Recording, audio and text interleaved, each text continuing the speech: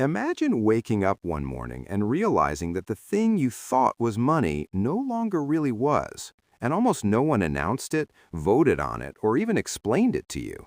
For thousands of years, gold wasn't just valuable, it was money itself. Heavy, scarce, difficult to fake, and immune to political promises. Empires rose and fell on their ability to control it. Wars were fought over it, and trust in a currency meant trust that somewhere, somehow, gold existed to back it up. Then, quietly, in a series of decisions that felt technical, temporary, and boring to the public, that anchor was cut. Paper took over the world, not with a bang, but with a whisper. At first, paper money was just a claim, a receipt, a promise that said you could trade it back for real metal whenever you wanted. It was convenient, lighter to carry, easier to move across borders, and governments swore it was only a stand-in. But here's the crucial shift. Once people stopped regularly demanding their gold back, the promise became more powerful than the metal itself. Banks realized they didn't need to hold all the gold they claimed to have because not everyone would ask for it at once.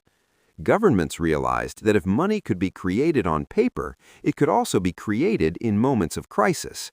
Wars, recessions, panics, each one justified a temporary suspension of the old rules. Just until stability returns, they said. Gold redemption was paused, then resumed, then paused again, each time conditioning the public to accept that convertibility was flexible, optional, negotiable.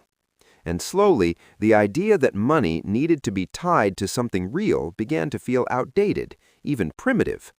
By the mid-20th century, the world ran on confidence more than metal.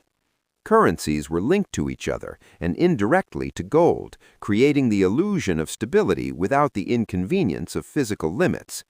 This system worked beautifully, as long as no one pushed it too hard.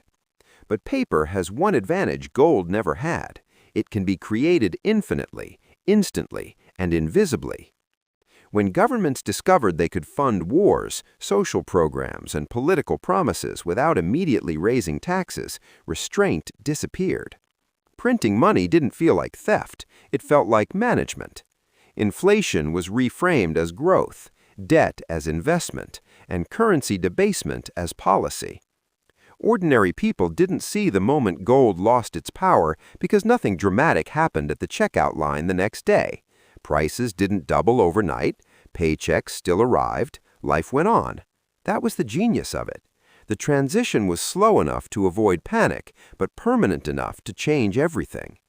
The final break didn't come with a global announcement that gold was obsolete. It came with the declaration that flexibility was more important than discipline. Paper money was no longer a claim on gold. It was money because the state said so, and because everyone else accepted it. And here's the uncomfortable truth. This shift fundamentally changed who holds power in society. Gold limited governments. Paper liberated them.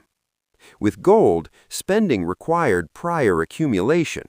With paper, spending could come first and consequences later. Inflation became a silent tax, eroding savings without legislation. Debt became a tool of control, not just between individuals, but between nations. Countries that issued the dominant paper currencies gained a privilege no empire with gold ever had: the ability to export inflation and import real goods in exchange for promises. Meanwhile, citizens were told that this was progress, that modern economies were too complex for old metals, that experts could manage money better than scarcity ever could. And for a while, it worked. Growth accelerated, markets expanded, living standards rose. But underneath it all, something essential was lost: an objective boundary. Without gold, money became political.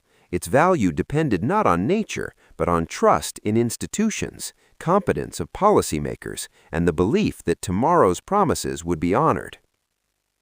Every financial crisis since has followed the same pattern: excess created during calm periods, panic when confidence cracks, and massive money creation to stabilize the system.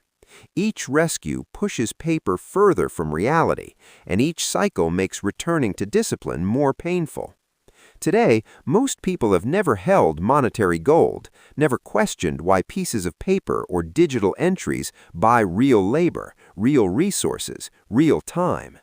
The idea that money could collapse feels abstract, historical, something that happens somewhere else.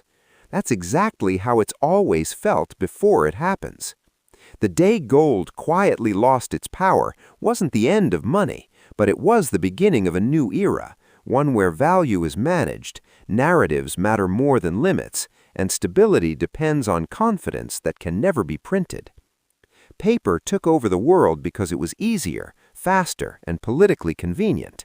Whether that trade was worth it is a question history hasn't finished answering yet, and one we're still paying for every time prices rise, and no one can quite explain why.